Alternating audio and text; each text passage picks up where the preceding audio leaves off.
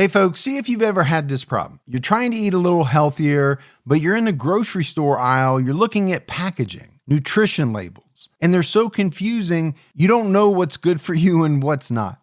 Well, this is why I love Thrive Market, my go-to online grocery store for getting all of my healthy essentials delivered, and I don't even have to leave my couch. Finding better options for the whole family is easy with Thrive Market's Healthy Swap Scanner. Just scan a product and it instantly recommends healthier swaps. This is how my wife and I found our new favorite snack, IQ bars. Sometimes I eat one in the morning with my coffee, sometimes just later on in between meals. They also have so many on-site filters that make it simple to shop by the needs of everyone in the family. Maybe you have someone who needs gluten-free food, somebody that has a peanut allergy. Well, no more scouring ingredient labels when you can just filter it all on Thrive Market. My wife and I often use the high protein filter to stock up on things like Sieti chips. Ready to make the switch? Go to thrivemarket.com/TCAT for 30% off your first order, plus a free $60 gift.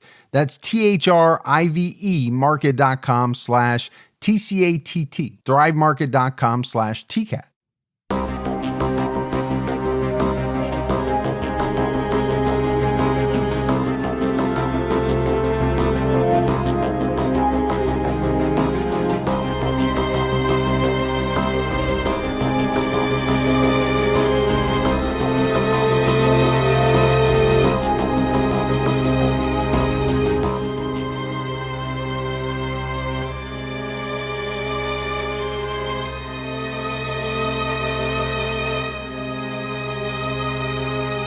Hello, everyone, and welcome to episode 422 of the True Crime All the Time podcast. I'm Mike Ferguson, and with me, as always, is my partner in true crime, Mike Gibson. Gibby, how are you? Hey, I'm doing good. How about you? Doing great. Good. You and I just had a little dinner. We did.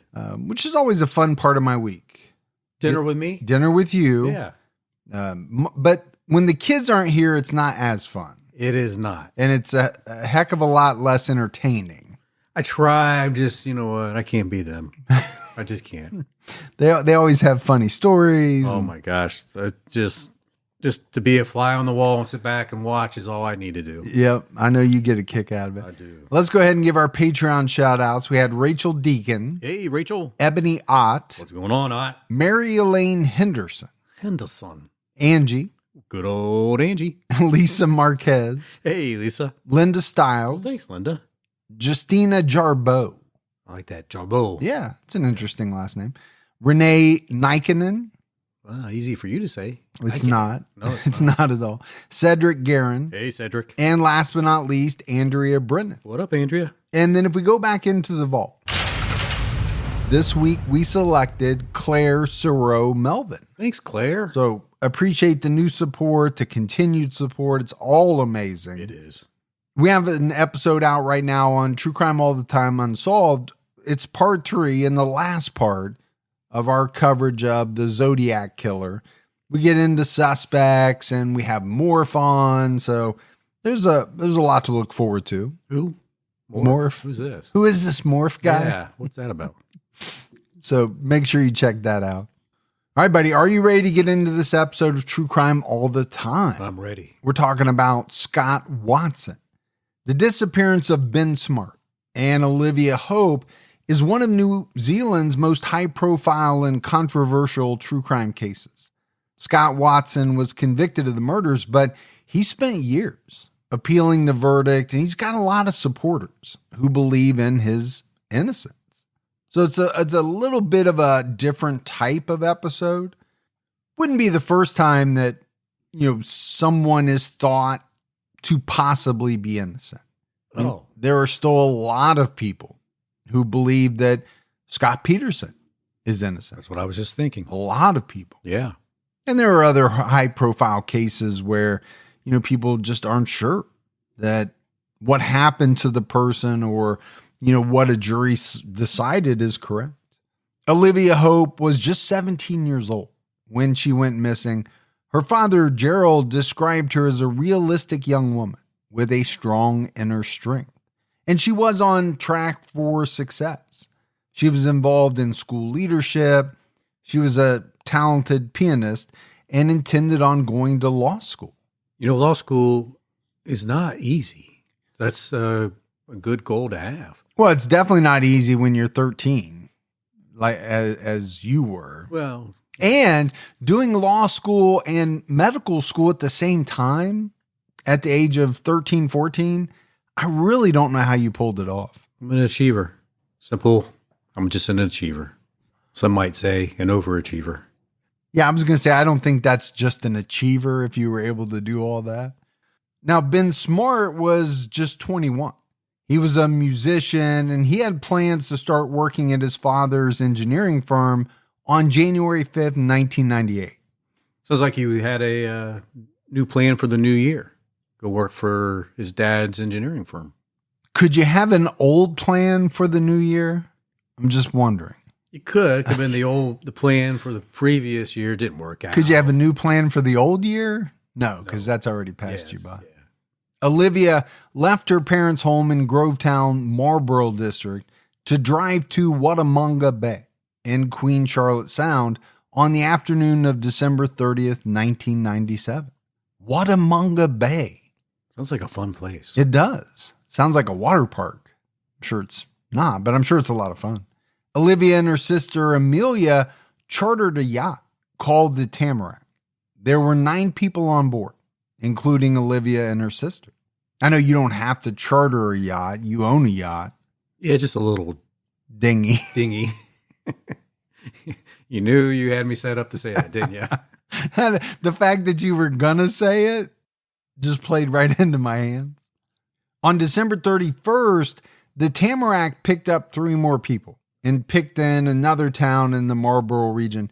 They docked the yacht in Endeavor Inlet, a large inlet of the Queen Charlotte Sound, with plans to attend a large New Year's Eve party. So, I mean, let's just talk about this. This sounds like a really cool idea, fun time. Yeah, sounds like quite the adventure. Yeah, you're chartering a yacht. You've got a bunch of people. You're, going to a New Year's Eve party. That afternoon, Olivia and her friends took a water taxi from the yacht to Furneaux Lodge, a historic hotel on the edge of the inlet, which has no road access per the New Zealand Herald. The Herald described Furneaux Lodge as a legendary party spot, and it was said that there were anywhere from 1,500 to 2,000 people at the party. Sounds like a good place to hang. That's a pretty big New Year's Eve party. At the party, Olivia hung out with her longtime friend, Ben Smart, who was staying at nearby Punga Cove. Olivia and Ben left the party in the early morning hours of January 1st, 1998. They took a water taxi back to the Tamarack, intending to sleep there, but they found that all the beds were occupied. Olivia picked up her backpack, sleeping bags, and other belongings because she and Ben intended to find somewhere else to sleep. I'd be kind of pissed if I got back to my yacht and didn't have a place to lay down. Well, especially if you were the one that chartered the yacht, as it was described. Her and her sister chartered the yacht. Whoever gets the beds first. That's why you tie the sock around the doorknob, right? Is sometimes how it goes. But it's a strange situation. You're having to take a water taxi out to this bigger yacht. Yeah. You get out there, you find, hey, we don't have a place to sleep. So, all right, we're getting sleeping bags. I'm not sure why you have sleeping bags because you're on the yacht, but they had them. And we're going to take the water taxi somewhere else. Yeah. And that's what they did. It was between 4 and 5 a.m. The same water taxi returned to the Tamarack. The driver that night was Guy Wallace. Guy told the New Zealand Herald that he was most likely one of the only sober people at Furneaux Lodge that night. He worked as the bartender throughout the party. Around 4 a.m., he was picking up trash when a young couple asked if he could take them to their beach house in a water taxi. Can you imagine being the only sober person at that place? I actually can, because I've said it before. I don't drink anymore. I used to tie it on with the best of them, but for whatever reason, I just don't drink much, hardly at all anymore. But this couple was identified as Hayden Morrissey and Sarah Dyer. Wallace picked up 3 more passengers before he left, Amelia Hope and Rick Goddard, who needed a ride to the Tamarack, and a single man who remains unidentified. And I imagine, Gibbs, this unidentified man is going to come back around. Anytime you have an unidentified person in a case, it's usually a harbinger of something to come later. When Wallace returned to the Tamarack, he found Ben and Olivia waiting. They said they needed a ride to shore to find somewhere to sleep. And it was this mystery man who offered them a bed on his boat, and Ben and Olivia accepted. That's what you do there, I guess, right? Hey, you need a place to sleep? I got a yacht over here. Come on over. Everybody's got a yacht. Yeah. I got a yacht. You got a yacht. Wallace recalled that the man looked a bit feral. That's what he said. Feral. A bit feral. I wonder what a bit feral looks like. Well, feral usually means like you've been living out in the woods like an animal. Hair's messy and just Unkempt. I don't know. yeah, unkempt. Mm-hmm. Am I using words you've never heard? Is it unkept? No, it's unkempt. This is not the time for you to upgrade your vocabulary. Yeah. But Wallace also said that he was checking out Olivia and acting sleazy towards her. These are the exact words that he used. Kind of gross. Well, you're really getting a sense or an image of this guy.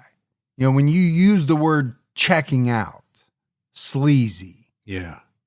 He didn't say it, but you could add the word like leering or, other words like that. Obviously, he was interested in Olivia. He thought she was attractive. Wallace also said that he was unshaven with long, messy, wavy hair. You could probably even use the word unkempt. Or unkept. Yes. Wallace dropped Ben, Olivia, and the stranger off at a 12-meter wooden ketch, which is a 2-masted boat. Wallace was adamant he saw a ketch, describing it as an old-style 2-masted timber yacht with brass portholes. It had a blue stripe on the hull and hemp ropes. So 12 meters, it's not a small boat. No, it's fairly decent. Yeah, I guess it's not what I was thinking when I heard the word yacht. Yeah. I guess yacht can be used for a lot of different types of boats. Yeah, it's not going to be close to my 36 meter, but Not everybody has that kind of dough. But it was said that it was docked with about 160 other yachts. Wow. All there for the New Year's celebration. Sounds like a good time right there. It's a lot of boats. Wallace felt like something was off that night, but he couldn't put his finger on it. He told the New Zealand Herald, "I think about that moment all the time. If I just said, take my bet." And you and I discuss this a lot, right? You have someone who is involved in some type of situation that later they find out, someone is murdered or someone disappears. And there's that feeling that people get. What if I'd have just done this? What if I'd have done that? If we just gave my bet up, they'd still be here. The yacht was gone from its spot by 8:30 a.m. on New Year's Day. Ben and Olivia were never seen again, and their bodies have never been found. It's interesting because as we're going through this, it sounds very much like an episode of True Crime All the Time Unsolved. It does. Like these people have disappeared, and the rest of the story is going to be about finding them or what happened, or asking the question, what happened to them. Olivia's sister became worried when she didn't rejoin the Tamarack on January 1st. Her parents reported her missing on the 2nd, and the police initiated a major investigation called Operation Tam. Okay. The police ramped up their searches as time passed because they believed something terrible happened to Olivia and Ben. And how could you not? After so much time goes by and you don't hear from someone, what else can you think? Yeah, I mean, I think it's natural for you to go ahead and consider that. Guy Wallace was interrogated by detectives who suggested he was responsible for their disappearance. Locals in the area turned on him. Wallace told the New Zealand Herald, "It was horrible. I walked into the Waikaiwa Cruising Club, and you could have heard a pin drop. Everyone just shut up. People I'd known for a long time just shunned me. They thought I was guilty." Isn't that terrible? That assuming you haven't done anything wrong, but the public feels like you have, even your good friends and people you know, just kind of turn their back to you. Well, and unfortunately, that's what happens when the police believe you had something to do Yeah. with, someone's disappearance or a murder or anything like that. We've talked about it many times. You walk around under a cloud of suspicion. And when does it get lifted? Does it ever get lifted? Now, for Guy Wallace, it'll get lifted. But for some people, especially in unsolved cases, it never does.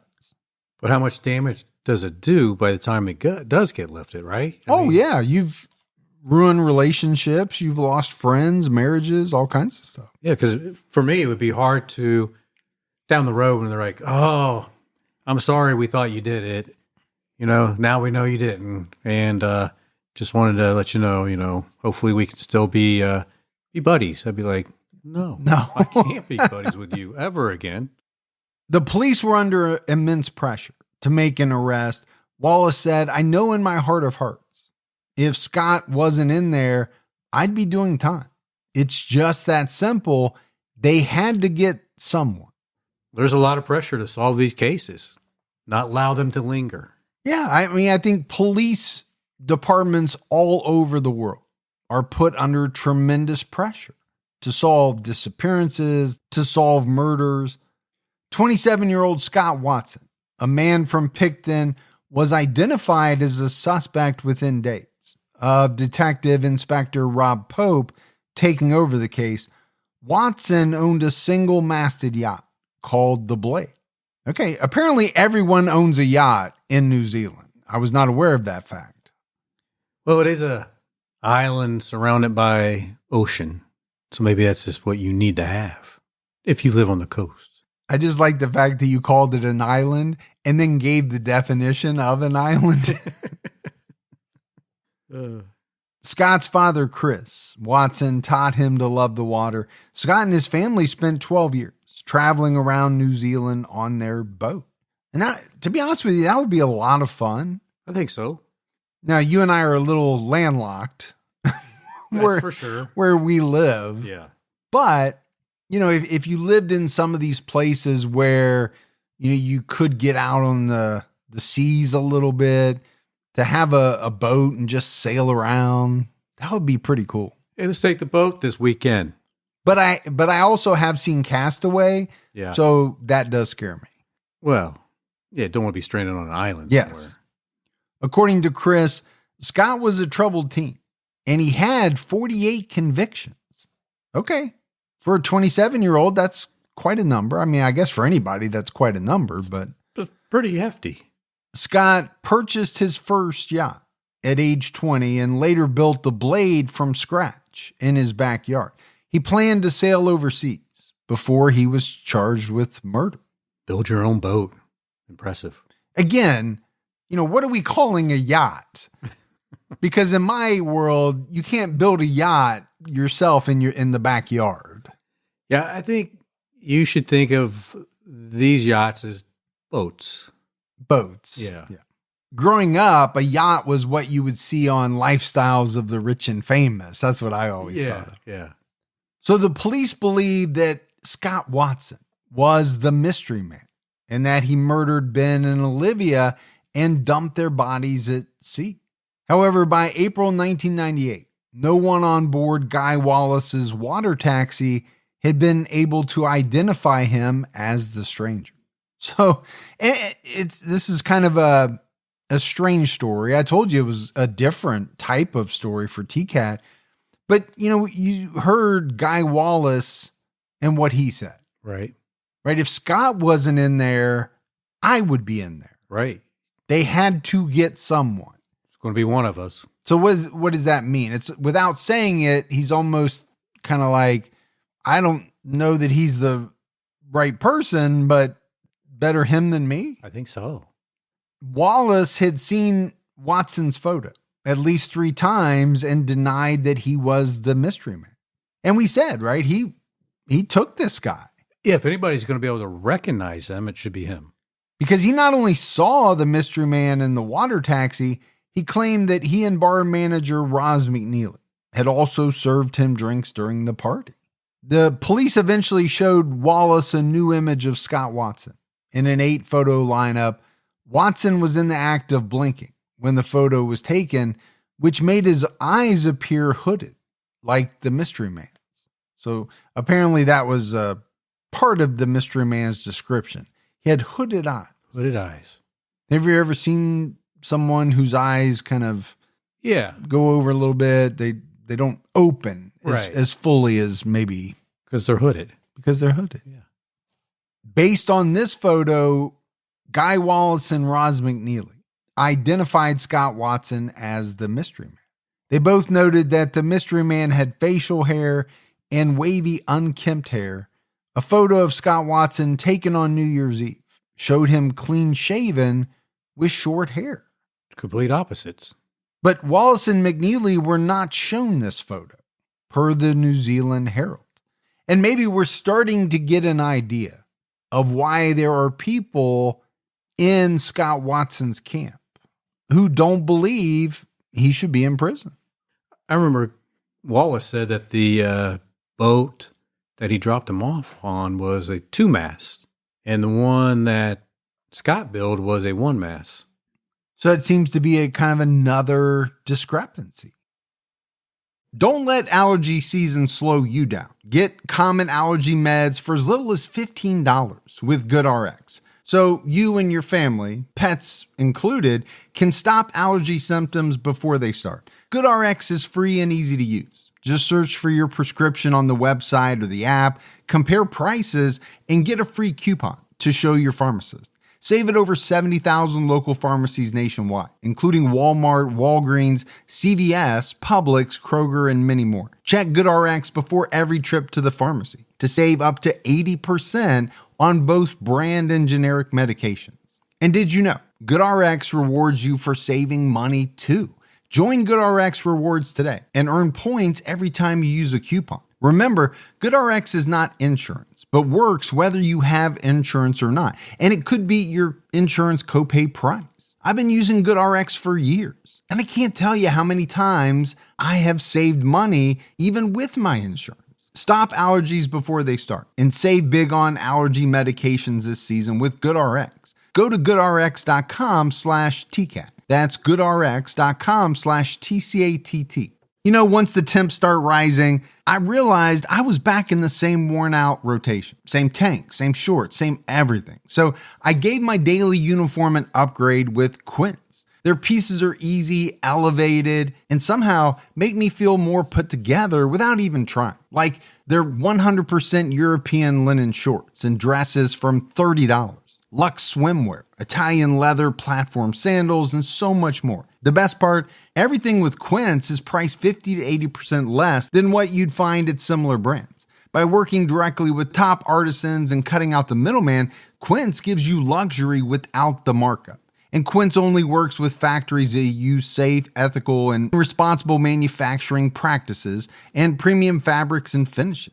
I'm getting ready to stock up on shorts for summer from Quince, and I know they're going to be amazing because everything I've ordered has been of the highest quality, and the prices are amazing. Treat your closet to a little summer glow up with Quince. Go to quince.com/TCAT for free shipping on your order and 365-day returns. That's QUINCE.com/TCATT to get free shipping and 365-day returns. Quince.com/TCAT. Want to pull off the season's freshest trends? You just need the right shoes. That's where Designer Shoe Warehouse comes in. Loving wide leg jeans? Pair them with sleek, low-profile sneakers. Obsessed with the sheer trend? Try it with mesh flats. Feeling boho? Comfy sandals nail the whole free-spirited thing. Find on-trend shoes from the brands you love, like Birkenstock, Nike, Adidas, and more at DSW. Wallace told the Herald he felt like he was tricked by the police. He said, "Yeah, I picked him out. It was only the blink photo. And how many photos did they take or film to go through to get that shot? Because I mentioned the guy had squinty eyes. I know Scott wasn't the mystery man. He was totally different." So it is kind of strange, right? He's saying, I know this wasn't him. But he and another person did pick him out of a photo lineup. I get it. The photo was him blinking, but... Yeah, but also, would you be biased picking a photo out of a lineup if you knew that if you didn't help them find somebody, they might be coming back at you pretty hard? It's kind of a good question. It really is, because he did say they were looking at him. But it also sounds like he has some remorse about it. You're right. A 2010 report by the Independent Police Conduct Authority criticized the photo montage, calling it highly undesirable, particularly given the importance of suspect identification in this case.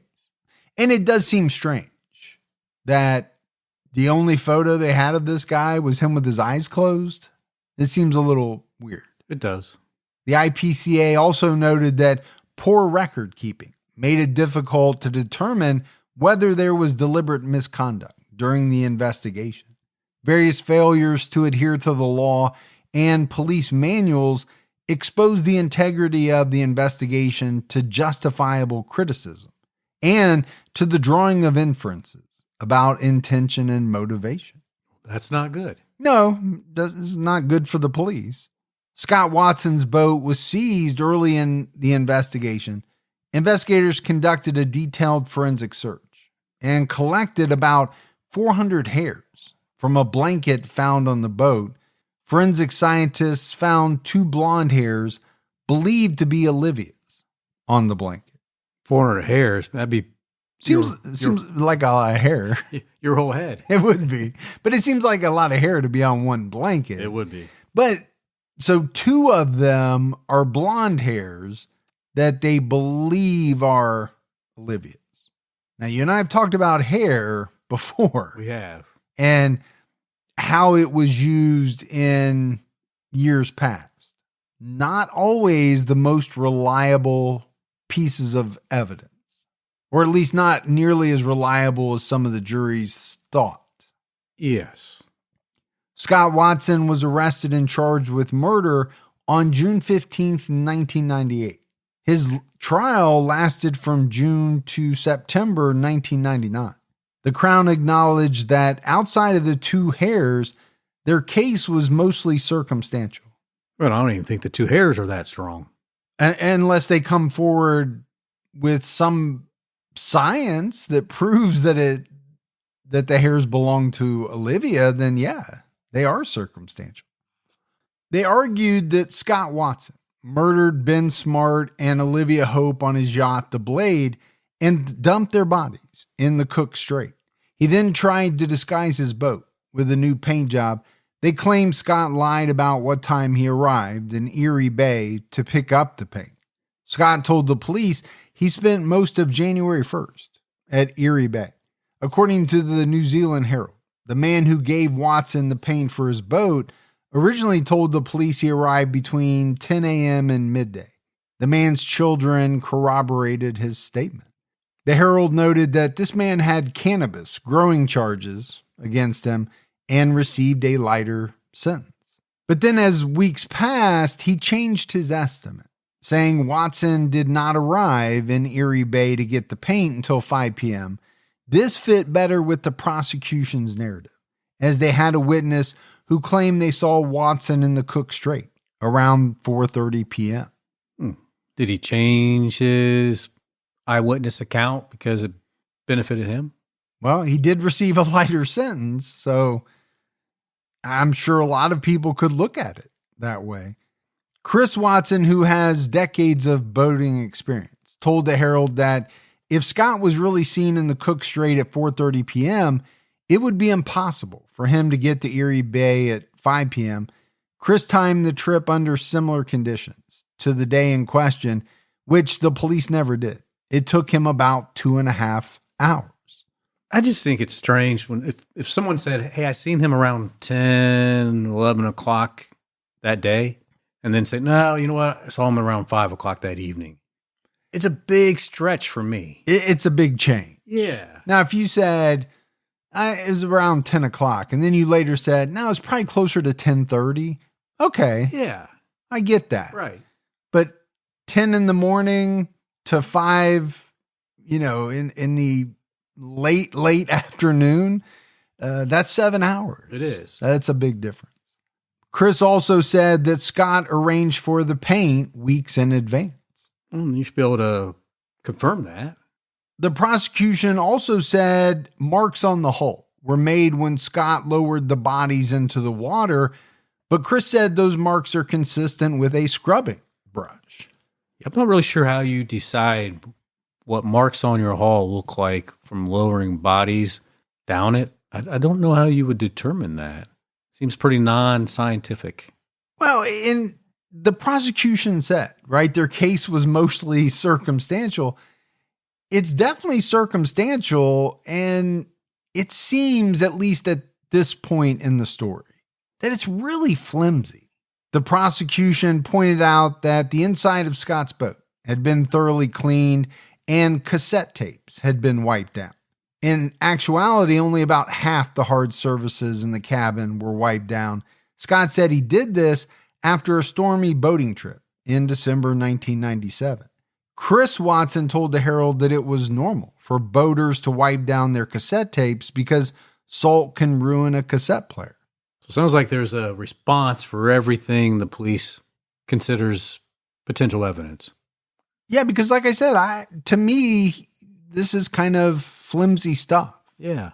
The prosecution argued that the scratching of rubber material inside the forward hatch was evidence of Olivia trying to escape. But the scratch marks go to the edge of the foam, which is impossible to scratch if the hatch is shut, suggesting the marks were made when it was open. The defense maintained that Watson's nieces scratched the hatch. Chris Watson explained to the Herald years later, it's impossible to lock the hatch from the outside. It would be frowned upon in boating circles if you could, because it's your escape hatch. If you're in trouble, you'd need to get out quickly, which would make sense, right? You don't want somebody locking you down in there. The prosecution argued that water taxi driver Guy Wallace was correct in his identification, but wrong in his description of the boat. He was most likely confused about the yacht having 2 masts. Scott was docked beside other yachts that night, and it was possible his boat could have appeared to have 2 masts at certain angles. And I get that. That is true. It is. But you're saying it's possible. You're also kind of cherry picking a little bit when you say, well, when he picked the photo out of the lineup, that was correct. But when he said the boat had 2 masts, he was incorrect. Yeah, you're trying to make it fit your narrative. Sure. Absolutely. I'd also say Guy's probably somebody that understands boats pretty good. Yeah, I would say so. So probably a lot of people in and around that area do and did. Yeah, and if he was sober, I'm thinking he probably knows what he saw. In addition to Scott being at the party at Furno Lodge, there were reports that he behaved inappropriately towards several young women that night. The prosecution proposed a 2-trip theory. A water taxi driver claimed he took a single man to a small single-masted yacht between 2 and 4 a.m.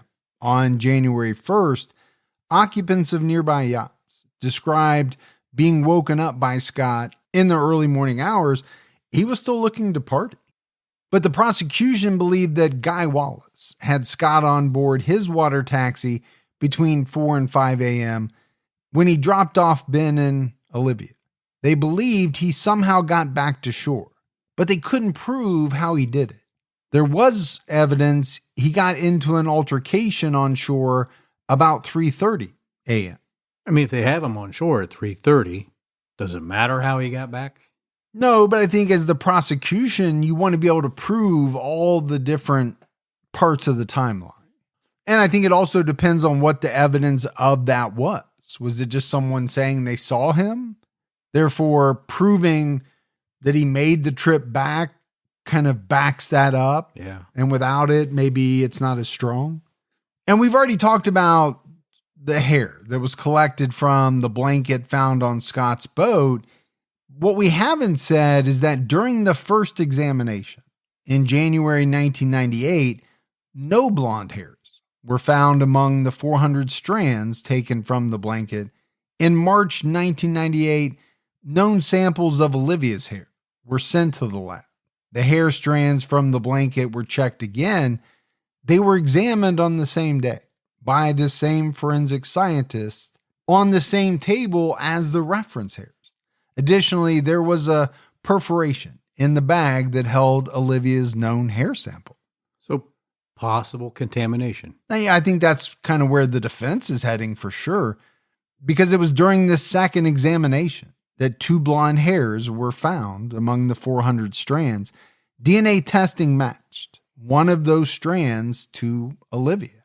And I also talked about, how circumstantial it was to say that you had 2 blonde hairs that appeared as though they were Olivia's. Okay, that's not much to go on. No.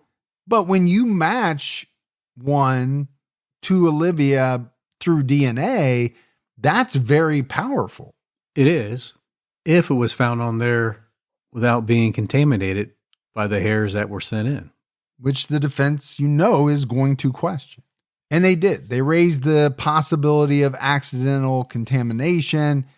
Forensic biologist Susan Kathleen Bentiner testified that she did 2 examinations to ensure she didn't miss anything.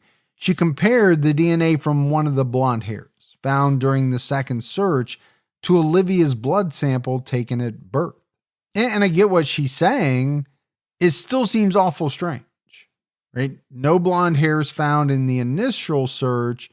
At the very least, you would say it seems like a bad protocol to retest the hairs on this blanket on the same table where you have her known hairs. Yeah, not good. In a bag. Susan said she gave up looking for hairs belonging to Ben Smart because most of the hairs on the blanket were brown or dark hair, similar to both Ben and Scott Watson's hair color. She did not think she could microscopically identify Ben's hairs. 3 witnesses testified that Scott expressed a desire or willingness to kill people. Okay, 3 people, 3 different people testified to this. It's kind of serious there. One witness listed as Mr. A said Scott made concerning statements a year before the disappearances. They were discussing their personal difficulties.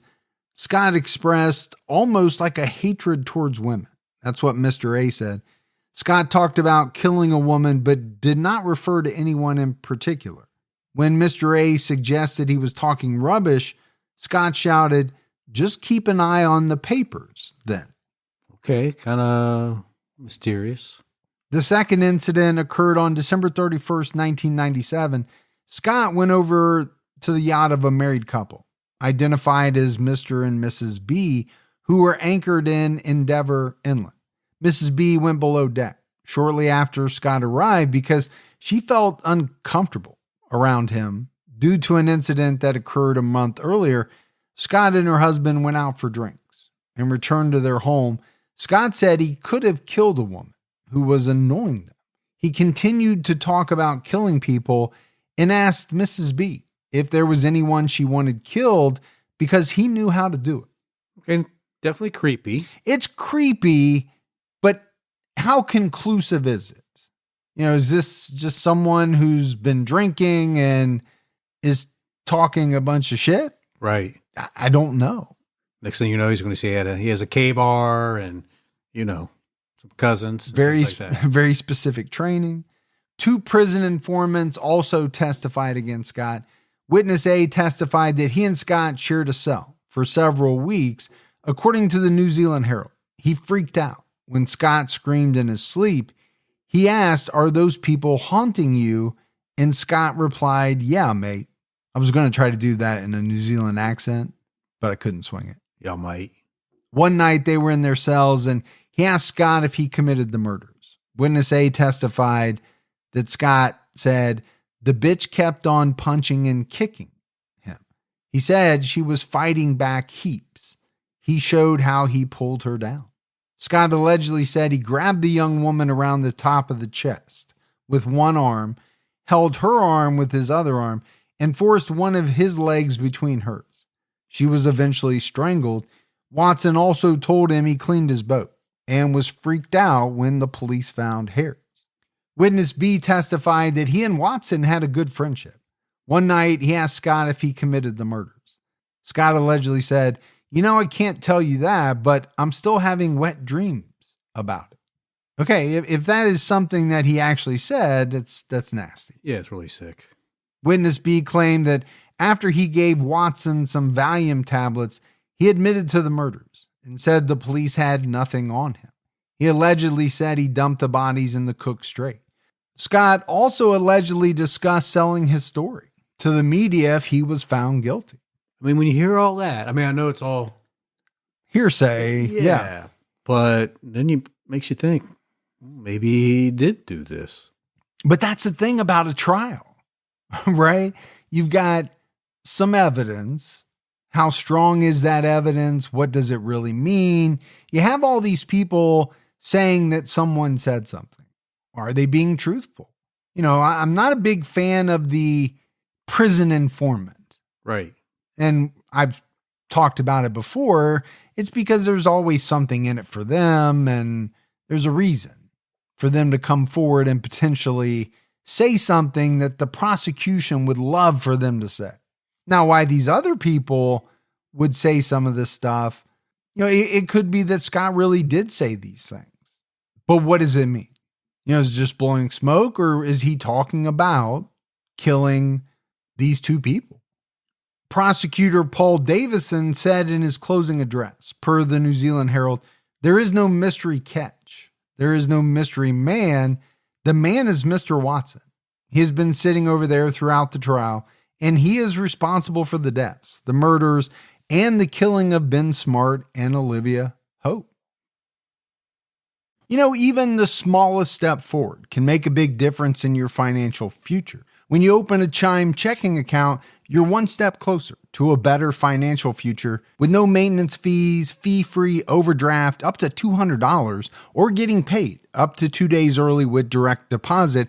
Making progress has never been easier. I think we've all been in that position where we've had an overdraft. Well, with Chime, you can overdraft up to $200 with no fees. That's amazing. And they have over 50,000 fee-free ATMs. Make progress towards a better financial future with Chime. Open your account in 2 minutes at chime.com/TCAT. That's chime.com/TCATT. Chime feels like progress. Banking services and debit card provided by the Bancorp Bank N.A. or Stride Bank N.A., members FDIC. Spot me eligibility requirements and overdraft limits apply. Fees apply at out-of-network ATMs. MyPay eligibility requirements apply. Credit limits range from $20 to $500. $2 fee applies to get funds instantly. Crime checking account required. Go to chime.com/disclosures for details. Hey, listeners. It's Leon Nafok. I'm here to tell you about a brand new series from me and Prologue Projects, an Audible original series called Final Thoughts, Jerry Springer, the story of a television show that changed the world and the man who gave it his name. But did you know that before the Jerry Springer Show made him notorious all over the world, Springer was something else entirely? A respected Midwestern politician, the progressive mayor of a major Rust Belt city, a man many saw as a future leader in Democratic politics. How did this idealistic rising star, with his lofty political ambitions, take a turn in such a radically different direction? You can find the whole series available now on Audible. Just search for Final Thoughts, Jerry Springer on the Audible app, or go to audible.com/Springer. True Crime All the Time is sponsored by BetterHelp. Folks, therapy can feel like a big investment, but let's think about the state of your mind. It's just as important as your physical health. Traditional in-person therapy can cost anywhere from $100 to $250 per session, which adds up really fast. But with BetterHelp Online Therapy, you can save, on average, up to 50% per session. With BetterHelp, you pay a flat fee for weekly sessions, saving you big on cost and time. And you get quality care at a price that makes sense and can help you with anything from anxiety to everyday stress. Your mental health is worth it, and now it's within reach. I've used the BetterHelp service for years. And I love the fact that, I can connect with a therapist in a comfortable spot in my home on my laptop. With over 30,000 therapists, BetterHelp is the world's largest online therapy platform, having served over 5 million people globally. Your well-being is worth it. Visit betterhelp.com/TCAT today to get 10% off your first month. That's BetterHelp, HELP.com/TCATT. Scott Watson was convicted of murder on September 11th, 1999. In November, he was sentenced to life in prison with a minimum non-parole period of 17 years. So the jury believed the prosecution. And the witnesses. I think the witness statements are pretty powerful in this case. Well, I don't know how powerful they were in reality. I think they must have been pretty powerful to the jury. Because let's be honest, there's not a ton of evidence here. The jury also must have believed that there was no contamination regarding the hairs. Because if you think about the DNA, that is probably the most, I don't think probably, would have been the most damning piece of evidence that they had. Everything else was very circumstantial. Yeah, I mean, the hair, if you believe that it was there from get-go, puts her on that boat because that's where they found the blanket. Yeah. So you would have to think the jury believed that it was there. It came from the boat. She was on the boat, and therefore Scott murdered Olivia and Ben. Yeah. Witness A recanted his testimony in 2000, but then retracted his recantation when the police spoke to him a second time. He then recanted the retraction. Snip, snap. Yeah. Snip, snap. It's like one of those kids trying to tell you, I didn't do it. No, I did do it. No, I didn't do it. Yeah, I did.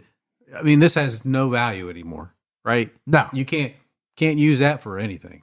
The Herald reported that Scott had been warned about jailhouse snitches and chose to keep silent most of the time, not even speaking to his girlfriend, who was secretly working with the police. Oh, true love right there. Well, we just had Valentine's Day, and you kind of hope that if you were in a bind that your significant other wouldn't immediately start working with the police against you. But this whole thing about him not talking to people, especially his cellmates, it does cast a little bit of doubt, I guess, on the testimony of witness B, who claimed he was friends with Scott, despite him being a stranger and never even sharing a cell with him. The Herald reported that the witness received a phone, a car, and a lighter sentence. Okay. Now, if you would know that as a juror, you probably look differently at what he said. Oh, I'm sure they didn't know that at the time. No, I know. But I mean, you're like, oh, well, why would I believe what you have to say if you somehow got a lighter sentence and a phone and a car? No, Seems what are we strange. talking about? The prosecution is buying phones and cars? Or, I mean, I get it.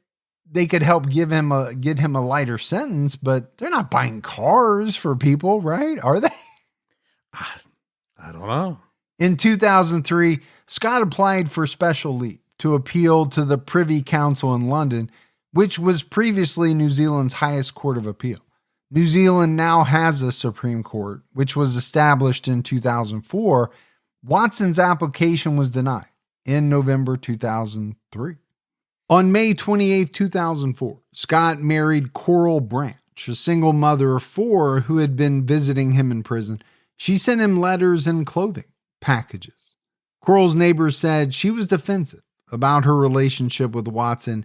She had tried to marry him for some time, but they were denied by prison authorities.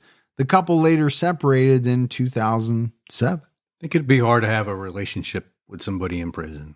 Well, it would be hard if you had a relationship with someone who then went to prison. That would be rough too. I think it's very hard to somehow meet someone while they're in prison, maybe because they're in the papers, they're famous, their face is splashed all over, and you develop a relationship. I think that would be hard too. Kind of meeting them for the wrong reason. At their worst. Yeah. In February 2008, former police officer John Gower told the New Zealand Herald that the police ignored his sighting of the mystery catch. He anchored beside a ketch that matched the police description in the Hauraki Gulf. In February 1998, a thin, unkempt man with dark, scraggly hair looked at him from the hatch and began acting suspiciously. He told the Herald, "I yelled out, 'Hi,' and he ducked his head again, peering out of portholes. That is so strange. It just doesn't happen on the water. I just don't imagine stuff. It was bloody, suspicious behavior that would raise the hackles of anybody." Yeah, I'm thinking if you're out on the water, people are probably pretty friendly. For someone to act like this, it probably, like, that's strange. And then how he was peeping out and all that kind of stuff, bizarre. And this is not just a citizen. This is a police officer saying this. He said he called the Coast Guard and asked them to alert the Marine Police, but was told no one was available. He later submitted a police job sheet. This is like their interview notes and records, I guess, but was told officers were not looking for a catch. Why would they be looking? They already think they have who. Well, I think that's what he's saying, right? They ignored what he saw. Boater Ross Parker also claimed detectives ignored his sighting of the mystery catch at West Haven Marina. In March 1998, he saw a 12-meter catch with a blue stripe on the side and portholes identical to the description from Guy Wallace. Parker called the harbor police, but they never showed up. Parker also said he called Operation TAM when they appealed for information, but was ignored. This is kind of sad, really. It is, if both of these are true, and you kind of have to ask yourself, why would these people lie? Why would this police officer lie? Why would this boater lie? I can make a case for why a police informant, a jailhouse snitch, would lie. Because there is something in it for them. Whether it's a lighter sentence, somehow a car. It's like, Oprah's giving out cars to everyone and he gets one. I just think you owe it to the investigation to look into this stuff. But that's what we see in so many unsolved, right? The way it should work, and you do hear detectives talk about this all the time, is you follow the evidence where it leads you. What you don't want to do is get tunnel vision and then exclude everything outside of that, which could potentially be very important evidence. Yeah, it could have been. I also don't know why you're having an entire operation named TAM if you're not going to respond to people after your appeal for information. Yeah, it's bizarre. Hello, Operation TAM? Yes. I have some very interesting news for you. Sorry. Click. I don't get it. In November 2008, Scott's legal team filed an application for the Royal Prerogative of Mercy, which traditionally allows a monarch to grant pardons. In New Zealand, the Governor General has the power to exercise the Royal Prerogative of Mercy. Both Guy Wallace and Roz McNeely signed affidavits in support of Watson's application. Wallace said he made a mistake in his identification under police pressure. He was adamant that Scott Watson was not the mystery man and that he saw Ben and Olivia board a catch that night. He said the only similarity between the mystery catch and Scott Watson's boat was that they both float. That was the only similarity. That's cut and dry right there, right? Yeah, one mast, two masts, different colors. In 2009, Christy McDonald QC was appointed to re-interview key witnesses as part of Scott's application. Her report found that most of the issues raised in the application did not constitute fresh evidence. And I understand that. It's not like the stuff that we're talking about are new revelations. Yeah. McDonald noted that Wallace said under cross-examination at trial that Scott Watson could not have been the mystery man. This allowed the defense to challenge his initial identification, which they did at trial. So is she saying because it was already brought up during that trial, it's irrelevant now? Yeah, the jury already heard it. Wasn't a deciding factor. And it wouldn't change anything because it's not new. In his interview with McDonald, Wallace said that if asked in court, he would deny Watson was the mystery man. McDonald was not convinced this changed the evidence he gave at trial. And I could see that. I mean, he already denied it in the trial. He has. So saying that Scott is not the mystery man again, it's not really new evidence. Just rehashing the same. Yeah. McDonald noted that there was other evidence that led the jury to convict Watson. The most compelling evidence was the blonde hairs found on Watson's boat. And you and I both talked about that. I would think that would be, to a jury, the most compelling evidence. Yeah, because you have to ask, how did that hair get there? She must have been on your boat. Well, and it's also DNA, right? Yeah. Juries look at DNA as kind of the bombshell type evidence. Yeah. On July 9th, 2013, Scott Watson was denied a royal pardon. Scott was denied parole for the first time in 2015. Olivia's father, Gerald Hope, met Watson in prison in November 2016. He'd been trying to meet Watson for over a decade. Hope released his final statement in December and said he no longer wanted to be interviewed. Watson failed to convince him he was innocent of murder. He said he believed Watson was elusive when asked about his movements that day. His answers seemed rehearsed. His response was absolute silence on some of the more circumstantial elements of the prosecution's case. When confronted with this, he was mute, unemotional, disconnected. Well, I think it would be hard if you're the father of a murdered 17-year-old girl, for the person convicted of her murder to convince you that he didn't do it. Yeah. It's going to be tough. Really tough. Watson was denied parole again in December 2016. The board determined the person who committed these crimes was a cold-blooded killer. His victims must have died in terrible circumstances. Mr. Watson has been found to be that man beyond a reasonable doubt. The board also ruled that because of Watson's mistrust for the justice system, there could be trouble forming a relationship with his counselor. Well, he's been convicted, at this time, 49, 50 times in his life? Oh, yeah, I forgot. He had 48 prior convictions. Yeah. One prison officer who's known Watson for years said there are two Scotts. One is happy-go-lucky, very helpful, and not a threat to us in the unit or to other prisoners when things are going his way. But the other Scott is very manipulative, withdraws into himself, is standoffish, and doesn't tend to engage unless he has a support person with him. And that's an interesting statement because when you look at, I think a lot of people, they have a couple of sides to them. Right.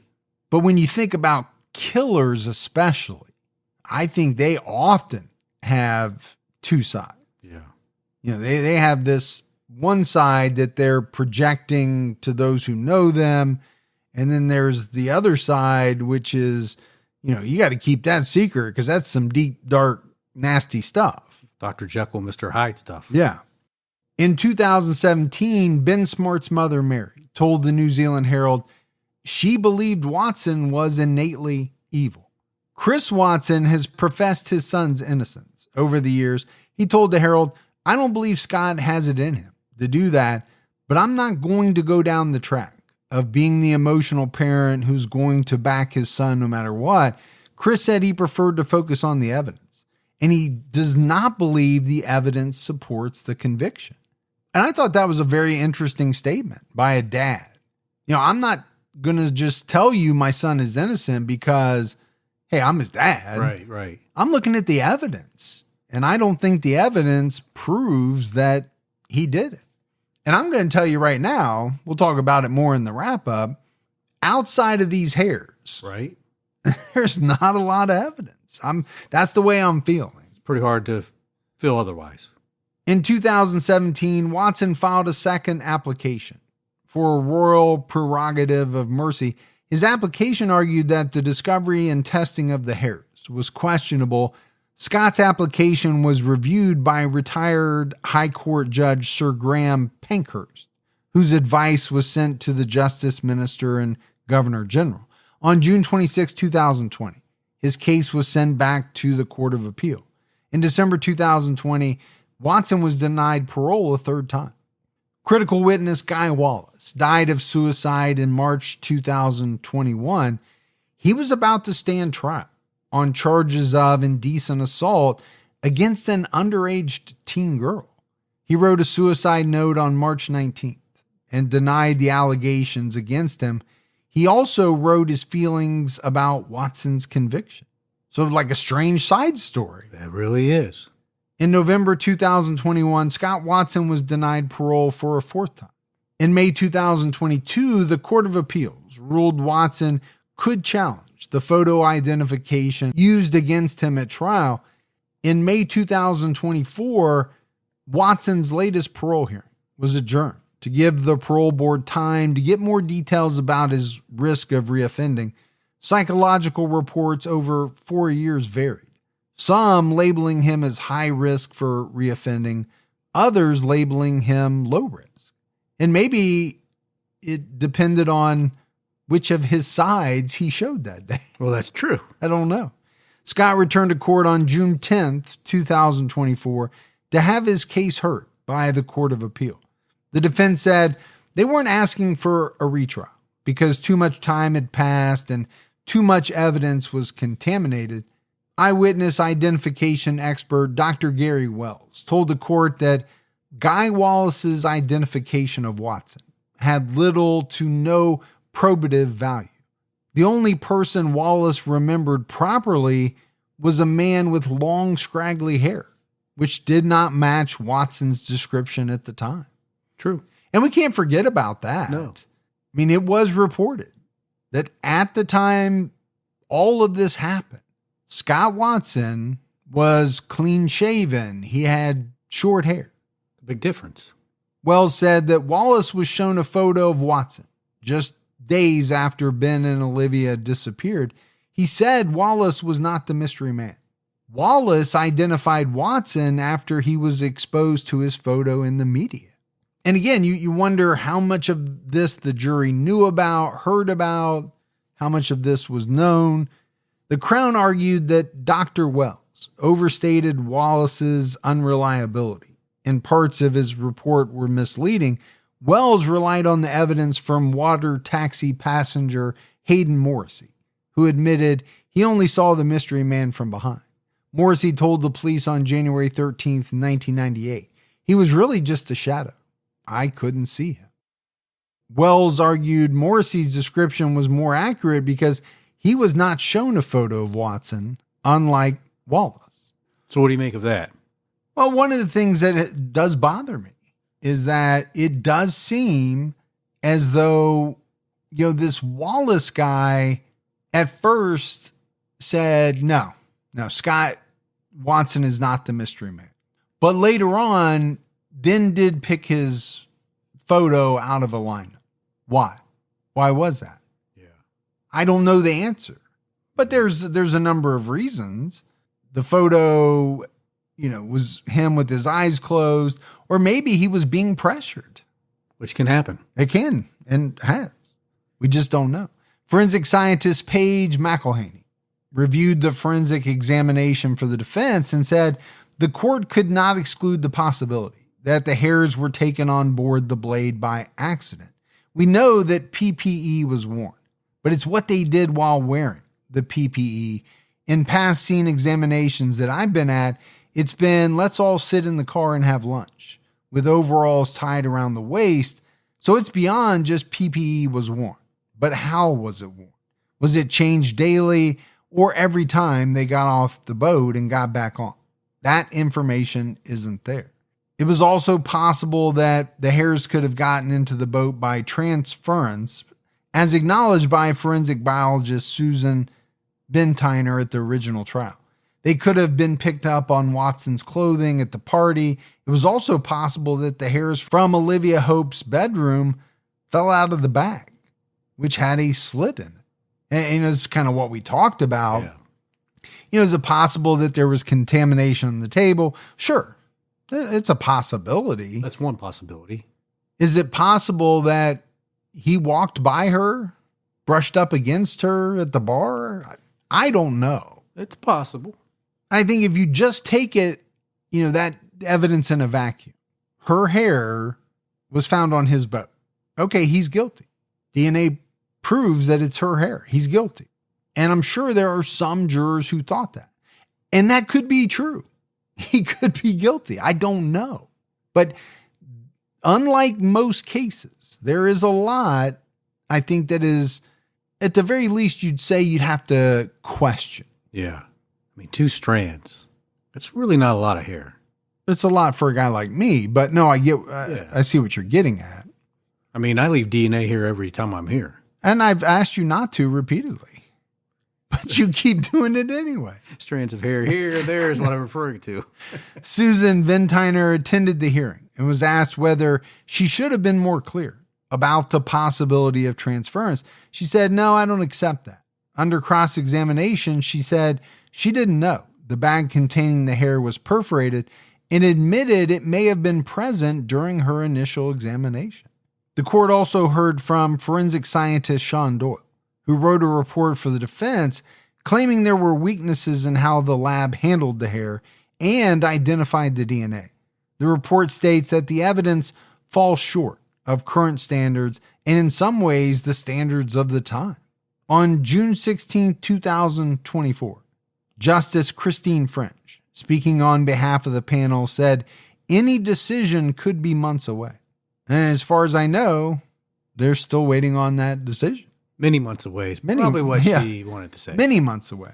But, as we wrap this up, I said it in the beginning, this is one of the most controversial murder cases in New Zealand's history. And I think we can see why. The evidence against Scott Watson. Let's take away the hair for a minute. And I think if you took away the hair, there would be a lot of prosecutors who wouldn't even take that to trial. Yeah, no bodies, no prison informants. It's just, it's flimsy. I've said that before. Now, the hair, that's a different story. What is up in the air, though, about that is, how was it handled? Was it handled correctly? Could it have fallen out of that bag onto the blanket during the second examination? I don't know the answer to that. Yeah, we don't. But you could see how a defense attorney could make the argument that that's not the way you should do it. And therefore, you then have to question the results. Yeah, is it legitimate? And I feel bad for the parents, of Ben and the parents of Olivia, because I believe that they feel like the right person's in prison, but I'm sure they hear all this controversy and wonder, is he going to get out? Is he going to be set free? And what does that mean for them? Well, it's New Zealand, right? So we said it. He got life in prison, but was up for parole after 17 years. Right. Which we're not used to seeing here in the U.S. It would probably at a minimum be 25 and sometimes no parole whatsoever. Especially for a double murder. But, again, this is such a different case. There's very few cases that we do on True Crime All the Time where at the end of all of the research, I'm not pretty convinced that the person is guilty. They're right where they're supposed to be. I'm not saying the jury got it wrong because I don't know that. What I am saying is that there are more questions in this case than most cases you and I talk about. Absolutely. I don't think there's any doubt about that. Yeah, I don't feel good about the conviction. Not based on everything we know. Yeah, I'm not saying he didn't do it. I'm just saying I don't know if I feel that comfortable with how it was decided. Well, and you might have jurors who would say, after sitting through that trial, hey, if we'd have known some of this stuff, that would have changed things. Yeah. But again, we weren't in that jury room. We don't know. We don't. It's very possible that the Court of Appeal will make a decision sometime this year and that Scott Watson could be released from prison. I think there's no doubt he will be released at some point. Yeah. I don't know when that will be, but I want to hypothesize here for a minute. Let's say he didn't do it. Obviously that would be terrible for him to have spent as long as he did in prison. It would. And I think one of the issues is, how are you going to prove that he didn't do it? Because what they used to prove he did do it, was thin. Sure was. It was enough for a jury, but it was thin. It was light. Let's call it that. I don't know how in the world they would ever prove he didn't do it or someone else did it, thereby, proving he didn't do it. Right. I just wish they would have looked into those 2 sightings. Yeah, that did bother me. Yeah. I mean, one was a police officer. You're not going to look into information provided by a police officer. Then you've got a boater who says they saw this. They call into Operation Tam. Right. You're giving it a name. You might as well look into it. I mean, at least look into it and check it off the box, check the box that it doesn't apply. But again, as we wrap this one up, man, I'm conflicted. I can very much understand why there are so many people who support Scott Watson. Yeah. Like you and I just said, though, we don't know if he did it or not, but this is one of the lighter evidentiary cases I've seen or we've covered. But just tragic to think about these 2 young victims, 21 and 17? Yeah. And you said you feel bad for their parents. Let's say he didn't do it. That means the person who did it got away with it. Still out there, maybe. Is it this thin, scraggly haired guy that multiple people claim to have seen? Did he kill other people? Right. I don't know. But that's it for our episode on Scott Watson. Definitely a little bit different for TCAT, for sure. We got some voicemails, though, Gibbs. You want to check those out? Let's hear them. This is the first. I'm calling back a 3rd time. These are some kick-ass episodes that you're doing this week. I particularly am enjoying the sleepwalking episode where Mike says, I don't sleepwalk, I sleep spoon. And I've already told my husband this, and he's confused, but my dog usually every night at like 2 o'clock when I start spooning on it. Also, from a medical standpoint, we do not believe that people will kill other people when they're sleepwalking. Sleepwalking is kind of like being hypnotized.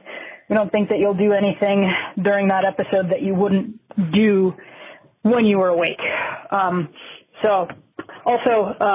Sleepwalking and sleep activities are why we don't prescribe Ambien anymore, because too many people driving cars, sleep eating, sleep relapsing, sleep robbing their neighbors, and things like that have happened. So love you guys. Have a great rest of your week and looking forward to hearing more next week. Bye. All right. Love the voicemails. Some great information. Lot of communication about the sleepwalking episode. Oh, yeah. A lot of people. Actually, the next voicemail is about it as well. Hi, Mike and Gibby. This is Danielle from Cleveland, Ohio. I've been an avid listener of you guys for quite a few years now. I just listened to your latest one on Stephen Wright on the sleepwalking matter. It is 100% true. I've been a sleepwalker since I was a child. My parents had to put an alarm system on the house. My neighbors would have to watch me try to leave before that, and I still constantly sleep eat and sleepwalk every once in a while. And I will say, do not wake them up. Step Outers was 100% accurate on you do not wake up a sleepwalker like that, because we will swing and freak the hell out. So anyway, keep your own time ticking. Love you guys and enjoy the rest of your year. It'd be so weird to live with a sleepwalker. You said it is or it would be? Would be. Oh, okay. I thought like you were getting ready to give some information that I was not aware of. No. Well, first of all, I just assumed that Step Brothers, everything in it was 100% accurate. Well, of course. Including the sleepwalking. Yeah. The clown has no penis. But no, we appreciate the information for sure. It's good stuff. All right, buddy, that is it for another episode of True Crime All the Time. So for Mike and Gibby, stay safe and keep your own time ticking.